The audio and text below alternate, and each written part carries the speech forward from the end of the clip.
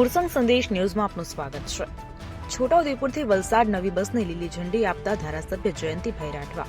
Chhota Udepur ST વિભાગ દ્વારા છોટાઉદેપુરથી વલસાડ નવી બસ શરૂ કરવામાં આવતા પ્રજામાં આનંદની લાગણી જોવા મળી રહી છે। મુસાફરોને પડતી તકલીફને ધ્યાનમાં રાખીને છોટાઉદેપુરથી વલસાડ સુધી નવી બસ શરૂ કરવામાં આવી, જ્યારે અન્ય નવી બસ શરૂ કરવામાં આવશે તેમ ડેપો મેનેજરે જણાવ્યું હતું। આજરોજ છોટાઉદેપુર એસટી ડેપો ખાતે નવીન બસનું લોકાર્પણ ધારાસભ્ય જયંતિભાઈ રાઠવા દ્વારા કરવામાં આવ્યું। લીલી ઝંડી આપીને એસટી ડેપો ખાતેથી બસ રૂટ પર રવાના કરવામાં આવી હતી। छोटाउदेपुर डेपो मैनेजर छोटाउदेपुर आज रोज राज्य सरकार तरफ थी छोटाउदेपुर डेपो में बहोड़ा विभागना छोटाउदेपुर डेपो में एक नवीन बसनु फाळवणी करी छे।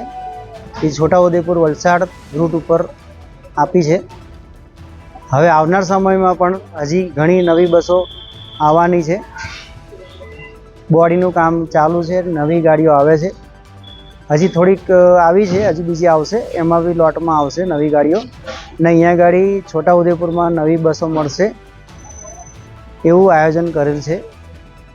હવે રાજ્ય સરકાર તરફથી અમને બસો તો મળી છે, હવે થોડા ઘણા અમને થોડો સ્ટાફનો બી પ્રોબ્લેમ છે, તો થોડોક એવું મને સહકાર મળી રહે એવી અમે આશા વ્યક્ત કરીએ છીએ।